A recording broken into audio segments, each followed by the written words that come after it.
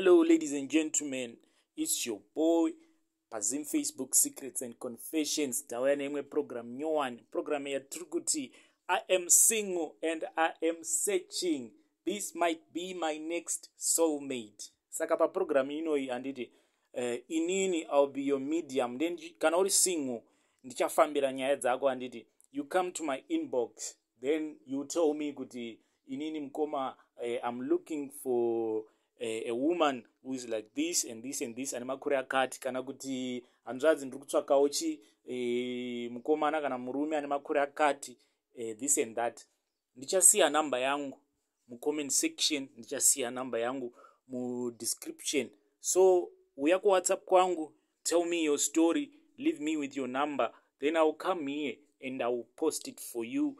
And I will not post your number pa public platform, but I will keep your phone number ku inbox. Kana pane munhu wanenga nakirwa newe, I will give that person your number, then you guys can connect chichichi moita yamunoita. But my advice kune vanhu vachazosangana through this platform, tungoti for the first time guys, sanganai panu panenge pari public, paruzhinji, pangava padhuze nepolice station, mungava murestaurant, mungava murenki, mungava mubhazi, mungava muchechi, just so that munotanga mava safe.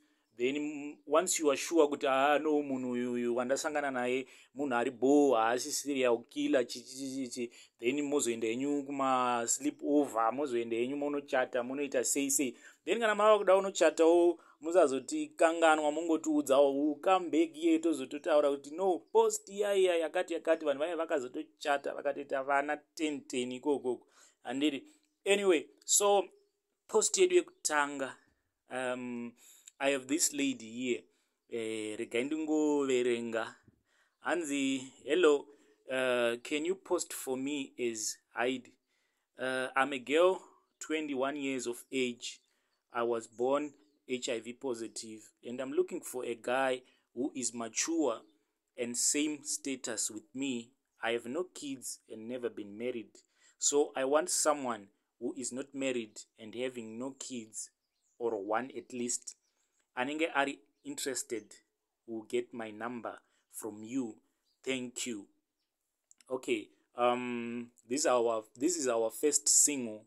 Muchishona ari kuti mukomana ashi, can you post for me as Hyde? Ndiri musikana ane 21 years of age, ndakazvarwa ndine HIV positive. Ndiri kutsvakawo mukomana oro murume ari mature and ane same status with me. Handina mwana, handisati ndamboroorwa, so ndiri kuda murume asati amboroora, asinawo vana, kana kuti murume ane mwana mumwe chete. Anenge andidawo, tora namba dzangu kuna mukomanashi. I have the number of this lady. Kune vavo vari interested, please inbox me, then I will ask for permission from this lady. And this lady can antipa permission to share a number with you, then I will give you a number. All I can say is good luck to my sister. I hope that everything goes well. And also to all the guys who are single and searching, let the games begin. Where you inbox tikupe number and it tongoti, are you single and searching? This might be your soulmate. It was your boy Pazim Facebook Secrets and Confessions. Ndichasiya namba dzangu mu description. Please come to my inbox. Thank you.